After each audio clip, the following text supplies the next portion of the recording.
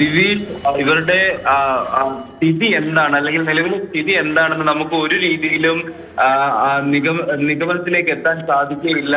കാരണം ഏകദേശം 2 മണിക്കൂറിനടുത്തായിട്ട് ഇവർ ശ്വാസം ലഭിക്കാതെ മാലിന്യത്തിൽ കുമിഞ്ഞു കിടക്കുകയായിരുന്നു. ഇപ്പോൾ മൂന്നാമത്തെ ആളെ കൂടെ കണ്ടെത്തിയിരിക്കുന്നു. ദിവീഷ് മൂന്നാമത്തെ ആളെ പുറത്തെടുക്കാനുള്ള ഒരു നിമിഷം. ജെയിൻ മൂന്നാമത്തെ ആളെ കൂടി കണ്ടെത്തുന്നു. എന്തെങ്കിലും വിവരം കൂടുതൽ?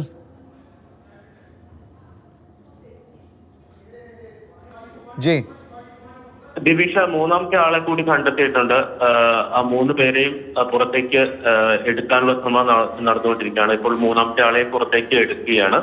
പക്ഷെ ഇവരുടെ ആരോഗ്യനിലയെ സംബന്ധിച്ച് ഇപ്പോഴും ആശങ്ക തുടരുന്നുണ്ട്. കാരണം 1 മണിക്കൂറോളം ഇവർ ആ കുഴിയിൽ അകപ്പെട്ടു പോയിരിക്കുകയായിരുന്നു. എത്രത്തോളം ഓക്സിജൻ ലെവലുണ്ട് എന്ന കാര്യത്തിലൊക്കെ സംശയമുണ്ട്. 3 പേരെയും കട്ടപ്പനയിൽ സ്വകാര്യ ആശുപത്രിയുണ്ട്, അതോടൊപ്പം തന്നെ സഹകരണ ആശുപത്രിയുണ്ട്, സർക്കാർ ആശുപത്രിയുണ്ട്. സ്വകാര്യ ആശുപത്രിയാണ് തൊട്ടടുത്തുള്ളത്. ഈ ഹോട്ടലിന്റെ അടുത്തുള്ളത് സ്വകാര്യ ആശുപത്രിയാണ്. ഒരുപക്ഷെ അങ്ങോട്ടേക്ക് കൊണ്ടുപോകാനായിരിക്കും സാധ്യതയുള്ളത്. എന്തായാലും ആശുപത്രിയിൽ എത്തിച്ചാൽ മാത്രമേ ഇവരുടെ ആരോഗ്യനില സംബന്ധിച്ച് നമുക്ക് കൃത്യമായിട്ടുള്ളൊരു കാര്യം പറയാം, ഒരു നിഗമനത്തിലേക്ക് എത്താൻ കഴിയൂ.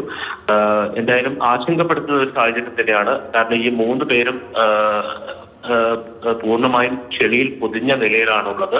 അതുകൊണ്ട് തന്നെ ഇവരുടെ ആരോഗ്യനിലയെ സംബന്ധിച്ച് ആശങ്ക തുടരുന്നുണ്ട്. എന്തായാലും വളരെ രക്ഷാപ്രവർത്തനം ആരംഭിച്ച് അധിക സമയം വൈകാതെ തന്നെ ഈ 3 പേരെയും കണ്ടെത്താൻ കഴിഞ്ഞു എന്നുള്ളതാണ്. ഈ കുഴിയുടെ കവാടത്തിൽ തന്നെയാണ് ഈ 3 പേരും ഉണ്ടായിരുന്നത്. കാരണം രക്ഷാപ്രവർത്തകർ അകത്തേക്ക് കയറി പരിശോധിച്ചപ്പോൾ തന്നെ ആദ്യത്തെ ആളെ കണ്ടെത്തി. അതിനുശേഷം തൊട്ടടുത്ത് തന്നെ മറ്റു 2 പേരും ഉണ്ടായിരുന്നു എന്നുള്ളതാണ് മനസ്സിലാക്കുന്നത്. വളരെ പെട്ടെന്ന് തന്നെ ഈ 3 പേരെ പുറത്തേക്ക് എത്തിച്ചിട്ടുണ്ട്. പക്ഷേ ഇവരുടെ ആരോഗ്യനില സംബന്ധിച്ച് ഇപ്പോഴും ആശങ്ക തുടരുന്നുണ്ട്. കാരണം 3 പേരും പുറത്തേക്ക് എത്തുന്ന സമയത്ത് അബോധാവസ്ഥയിലാണ്.